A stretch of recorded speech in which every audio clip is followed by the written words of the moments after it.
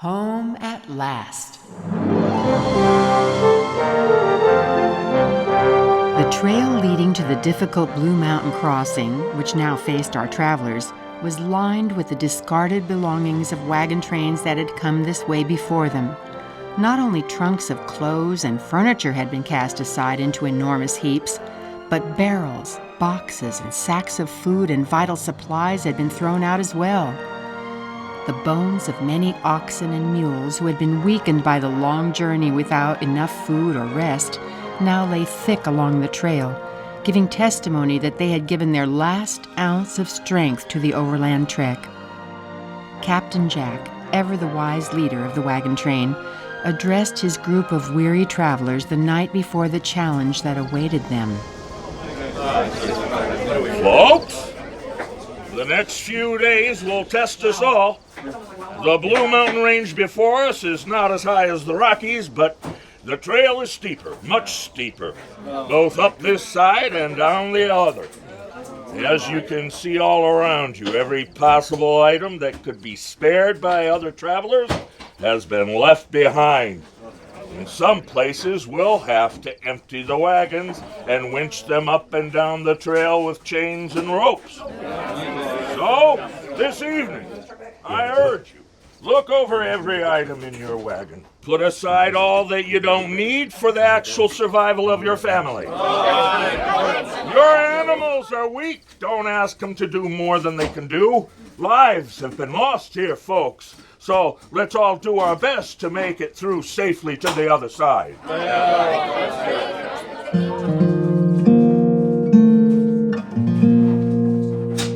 Sarah, you and Lucy had better start going through all the items on our wagons. Oh, Joshua, I just...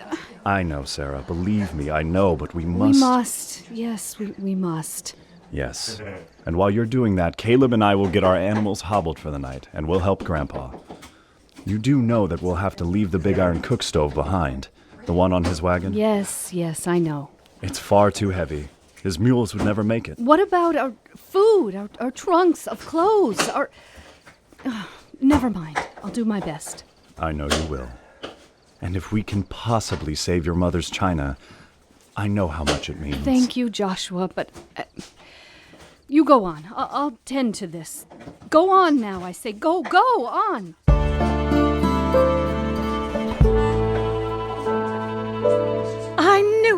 I knew it would come to this.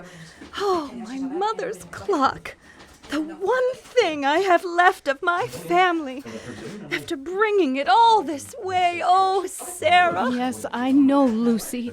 Your clock and my china out there on the grand heap of things. What will we ever do without the cook stove? We'll both need one to set up housekeeping. I guess we can use our little metal stove until we can afford to get something better. Either that or keep cooking over a fire. I just hope we hurry up and get where we're going. And I hope we've saved enough food for the rest of the trip. Well, I guess we should just be glad to be alive. But I do worry. We all do, Lucy. Yes, but I haven't told anyone yet. Well, of course, Caleb knows, but... What? What is it? You're all right. You're not sick? No. Tired, but all right. And with child. Lucy! Really?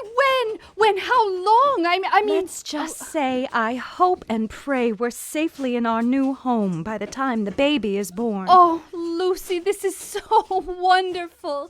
Just think, a baby. Oh, Lucy. Lucy was fortunate that hopefully they would all be somewhat settled by the time her baby arrived. Many a mother on the trail walked all day long as usual, gave birth in the family prairie schooner wagon by night, and was soon up again cooking for her family and walking the trail. And Captain Jack's speech about the steep trail ahead was certainly no idle warning. Oxen groaned as they toiled up the grueling mountain trail. But even worse was the descent. Here, Caleb. Let me help you with those ropes. Thanks. I've secured the other side as best I can. I have the rope wrapped around the wheel on that side and fastened it tight to the wagon. But this side began to come loose. Well, where the oxen can stay hitched, it helps. Even then, the wagons just about run over them. But in some places... Like over there. Exactly. The ledge. Yeah, there's no way any animal can take a wagon down over that. Everything would go over in a free fall. Hopefully, by tying the wheels tight, it will help even when the wagon is being lowered. Oh, look. They're taking Mr. Sill's wagon over the ledge now. Mr. Hogan and a couple of the other men are helping him hold the rope around the tree. The other end is tied to his wagon. At least the tree helps take some of the weight off the men. The wagon will be dead weight once it's over the ledge. All right, Mr. Sills, is the rope secure around the tree? All ready, Captain! All right then, men. Lay out the rope. Easy. Easy. Hold tight. Hold tight, man. It's slipping. Hold it. Hold tight. Mr. Hogan, pull. I'm pulling. But everyone, pull harder. Quick! Caleb, let's go help. We're coming. We're coming. Hold on. Jeremiah, help! I'm coming! Abel! Coming, Bob! Caleb, grab tight. I've got it. I got it. Abel, quick! Go down and help Captain Jack. I'm coming, Captain. Watch out, Joshua. I'm going to duck under your arms and... Good thinking, Caleb. Try to wrap the end around the tree again. Here! Abel, hold here!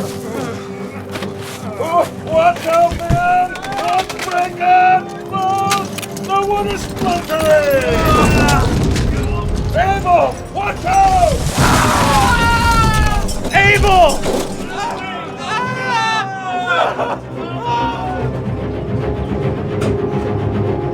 As the wagon broke away and tumbled from the edge of the ledge, it banged against Abel's foot, nearly pulling him over with it. A quick grab by Captain Jack saved him from falling, but his foot had been crushed. Captain Jack tended to him quickly. I'm going to cut your boot away. There. Abel! Oh, thank God. You didn't go over the edge. Oh, Pa, it hurts. How is he? I can't tell if anything is broken. You've got a nasty gash here on the side of your ankle. Don't move, son. Joshua, do you have any thin slats of wood in your wagon? No, I don't I'll think. find something, Joshua. You stay with Abel. Bring me some strips of cloth, too, Caleb. Right. I'm going to splint your ankle and foot. You're going to be off it for some time to come. Men, help me. Get him over to that level spot. Once we've got him fixed up, I'll rig up a pulley system for lowering our wagons over the ledge. Maybe that'll work better. Abel's damaged foot was not the only disaster that day was to bring. Mr. Sims' wife, sickened previously from what the pioneers called mountain fever, passed away in spite of Mrs. Hogan's constant care. Her grave was shallow, since there was little soil in the rocky surroundings, but the mourners did the best they could and then stacked stones over the mound.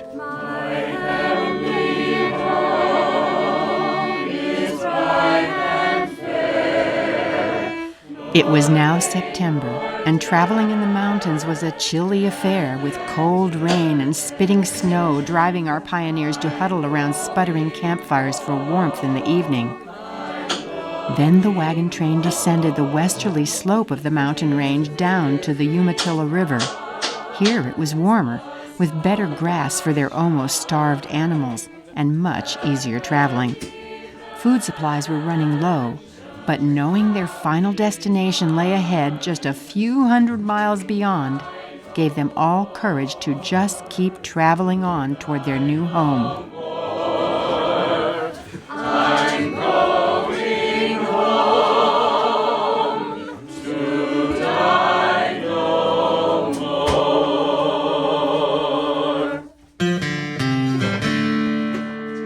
Soon our pioneers began following along the banks of the Columbia River until they reached a settlement called Dalles, where much to their delight they were able to buy a few vegetables. Abel, unable to walk because of his injured foot, rode in his family's wagon and was often attended by none other than Maggie Hogan. However, this was a different Maggie from the rather prissy young lady who had been so finicky about dirt and collecting buffalo chips for fuel. I'm strong enough, Abel, you know that. And I insist on helping out. This campfire sure feels good. Let me go get some more wood. Maggie, nobody expects you to do my work. Haul wood, help Paul yoke up the oxen in the morning, or... Maybe nobody does expect it. But, well, I'm proud that I can help. Even Mary Jane says that Mary Jane says what? Are you two talking about me? Not really. Maggie was just saying... I was going to say that I think you actually count me as one of your friends now. Well, let me see now. Come on, Mary Jane. You know you do. How could I not be your friend, Maggie? You saved Faith. And you're taking really good care of my brother here. Mary Jane, just stop. And besides, I've actually seen you dirty from the top of your bonnet to the toes of your shoes. Yeah, well, I think I've eaten, breathed, and soaked up enough dirt on this trip to last a lifetime. I think we all have. Oh, by the way, have you seen Grandpa today, Abel? He hasn't been by here. I saw him over by Mrs. James' campfire a while ago. Yeah, he's always with Mrs. James, it seems. Well, all I know is that he asked my father to drive his wagon, so now my folks sort of have a place of their own to be, instead of having to stay over with someone else. They're so grateful. Makes sense. Grandpa's pretty much gone to driving Mrs. James's team, so why not? Now that I can't drive his mules. So, you don't think that he's... He's what? You know. Courting Mrs. James? No, I mean, he was married to Grandma for... Well, it wouldn't be so bad, would it? I mean... Yeah, I guess. Mrs. James is nothing like Grandma, but still, she's a nice lady. And she's alone now, too. This trip is just so strange. Grandpa came with us only because Grandma died and he didn't want to be alone. Mrs. James started the trip with her husband and he died of the cholera. Yeah, I started this trip being really, well, you know, and now, hopefully... And now I like you a lot. Who would have thought? The next obstacle that lay before the wagon train was a passage over the Cascade Mountains, which again were quite precipitous in places and very slippery. Big Sam, one of Joshua's lead oxen, was so weak that the strain to climb the Cascades was his last effort. He simply collapsed and died. Well, Joshua, my boy, he did his best, but now... I know, Dad. It's just a hard thing to leave him here. A very hard thing. Yeah. Once again, ropes and chains had to be fastened to the wagons and wrapped around trees in order to keep the wagons from crashing down the steepest places. By now, it was early October, and snow had already fallen in the high forest. While it was beautiful to see the trees and snow together, it only added to the difficulty of pushing through. It's a good thing we've got a good supply of wood for our campfire tonight. And a good thing our bedding is still intact. It's pretty cold sleeping in the tents. It's cold everywhere. Tents or wagons. And our clothes are, well... Rags? Something like that. I hope the children don't get frostbite on their toes. All of their shoes are falling apart and their toes are peeking out. Hopefully we'll make it through before we all freeze or collapse from exhaustion or... Come on, let's get ourselves to bed and get some sleep. Things will look better in the morning. Truly, it was anticipation of their home ahead which buoyed everyone's spirits. And the next day, as they traveled through the forest, the trees began to thin slightly, finally opening to an overlook vista. There before them spread a beautiful valley that nearly took their breath away. Well, would you look at that? It's so beautiful. Captain Jack, is that where we're headed, down there? Yep, that's it, folks. Oregon City is down there, and that's our final destination as a company. From there, well, it's up to each of you to decide where you want to settle. You can file a land claim right there in town. Look how green it is. I think I'm going to like Oregon. Look, Aunt Lucy. Oh, I'm looking. I can't get enough looking. Me either. Even the air smells good. So, Captain Jack, we'll get there today? No, not today. Tonight we'll circle our wagons for our last night together, and tomorrow we'll have our last day on the trail. That night in camp, there was much to celebrate.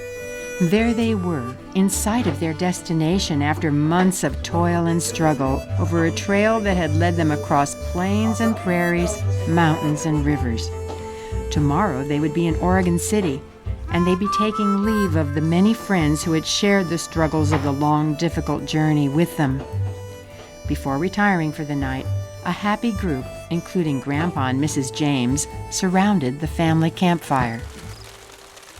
Well, Sarah, my dear, are you glad now that we came all this way? Time will tell, Joshua, but I'm very glad we've made it this far. Yep. Every member of our two families has made it through. You, Lucy, and me, and our baby-to-be.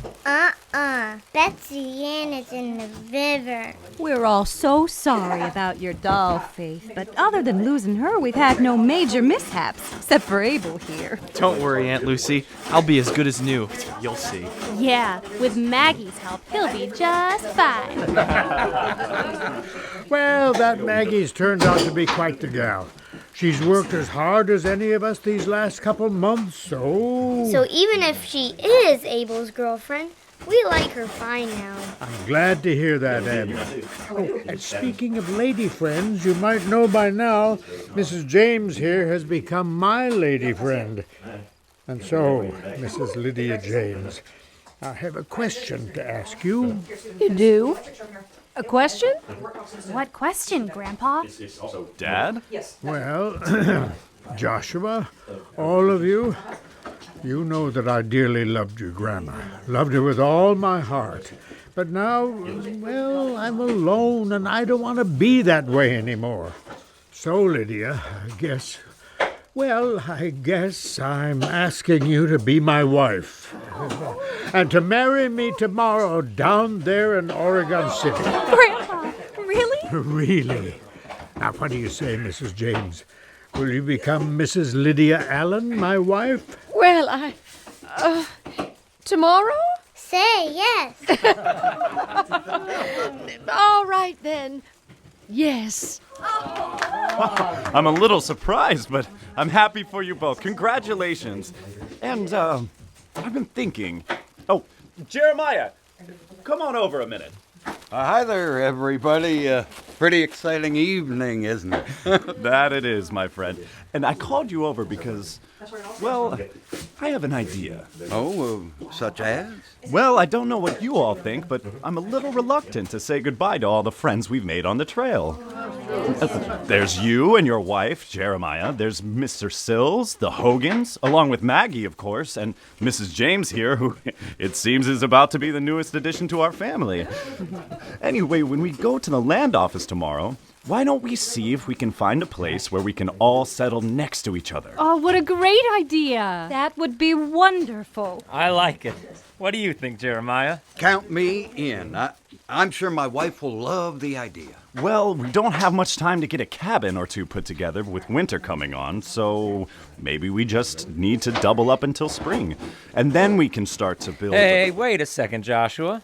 This is Oregon. Yes, hopefully we won't be battling heaps of snow down there in the valley this winter. Say, you're right. Maybe by the time spring actually rolls around, we'll all have cabins built if we help each other out. The next day at the land office in Oregon City... Well, folks, there are several nice sections that lie together. Not too far out either. Good farmland, that's what we need. Well, this valley is fertile. You'll notice that it grows trees very well. Much of the open land you see has already been cleared by others. But all the good land hasn't been taken. Oh, no. You'll just have to polish up your axes and do some serious chopping. But you'll need logs for making your cabins anyway. So, where is this land you mentioned? Here it is. This plat map shows it well. I see. And there'd be enough land for, say, 5 or 6 families? Oh, yes. What do you think, Dad? Well, let's go find the others and see what they think. Looks good to me. We'll be back soon, but yes, I think we'll go for it. I'll start drawing up the paperwork, folks. Welcome to Oregon.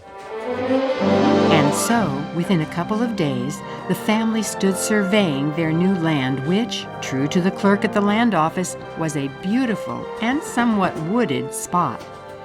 Tired as they were, this was not a time to laze about. The men immediately began felling trees to build the cabins. The women were busy sorting and organizing. I'm thinking, Sarah, that we can use these wooden boxes as chairs until we get a chance to get some real furniture. Maybe we can make cushions from the tent material once we don't need the tents anymore. Even the oxen didn't get a rest as they hauled the logs from the woods to the cabin sites. Get along there, Brutus! Get along! And soon the cabins began to take shape. I need a few more wooden shakes up here. I'm almost done with the roof. By the time the Christmas season rolled around, 3 of the cabins were already up and occupied. Caleb and Lucy were staying with Joshua's family for the time being, and a couple of the others doubled up as well. Christmas Eve seemed the perfect time for a celebration. Much excitement was underway as the families gathered in Joshua and Sarah's 2-room cabin. I'm mighty glad now that I came out with you all. It sure wasn't easy getting here, but now that we are here, I am a happy man. Me too, Dad. Me too, Grandpa. Well, me too, Grandpa. Yes, well, Mr. Hogan, I'm sure Grandpa is glad to count all you Hogans as family. And we're glad to be here with you. Especially Maggie, of course. Mother! Well, now, I wouldn't be surprised if someday we might be truly related, huh? Grandpa, please. And we all have much to celebrate for sure. But I just hope, well, I wonder. How things are going in the next room? Yes, I'll admit it. I am a nervous man. Now, don't you worry, Caleb. Sarah's with Lucy, and she's attended more than one birth, so... let's... Do you hear what I hear? Lucy! Lucy! Lucy! Come on in, Caleb, and meet your new daughter. I'll leave you two alone for a minute. Lucy. Lucy, she's beautiful. Oh, Caleb, at long last, a baby of our own. Oh, yes. I don't suppose you have a name all picked out? Well, how about Christina to celebrate the birth of Jesus, or Noel to celebrate the season? Oh, how about Christina Noel Smith? That sounds pretty good to me. That sounds just perfect. Praise be to God. He has truly blessed us all. And so life began anew for our travelers. The birth of Christina Noel seemed the perfect beginning for the years that were to come. And even today, many of the folks living in America's Northwest can trace their ancestry to people just like these, people who braved the unknown, who walked across thousands of miles to find a new home and a better life for their families. These early pioneers truly represent the American spirit, which still burns in the hearts of us all.